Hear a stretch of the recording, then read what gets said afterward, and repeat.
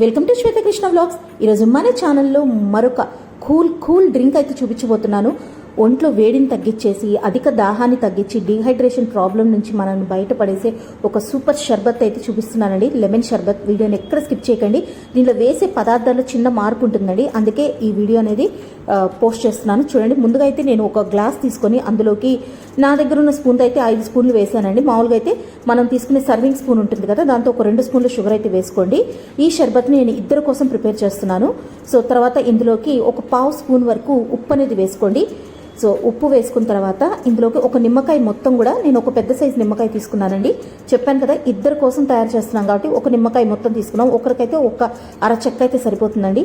ఎండల్లో బయట తిరిగేసి వచ్చిన పిల్లలు ఎక్కువగా ఆడి అలిసిపోయినప్పుడు వెంటనే వాళ్ళకి ఫ్రిడ్జ్లో వాటరు లేకపోతే ఐస్ క్రీమ్స్ అట్లాంటి కూల్ డ్రింక్స్ ఇవ్వకుండా ఇలాంటి షర్బత్ అయితే చేసి పెట్టండి.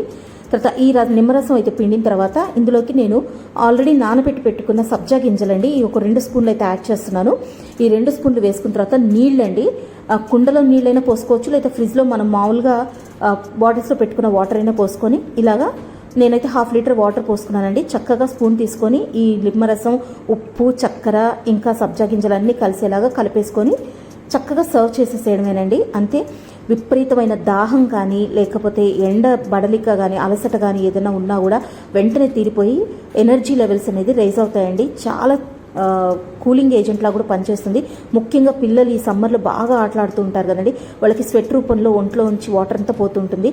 సో ఇలాంటి జ్యూస్ కానీ మీరు ప్రిపేర్ చేసిస్తే ఇమీడియట్గా రిఫ్రెషింగ్గా ఉంటుంది, ప్లస్ అలసట బడలిక అనేది కూడా పోతుంది. మీకు కానీ నా రెసిపీ నచ్చినట్లయితే లైక్ చేయండి. Thank you for watching.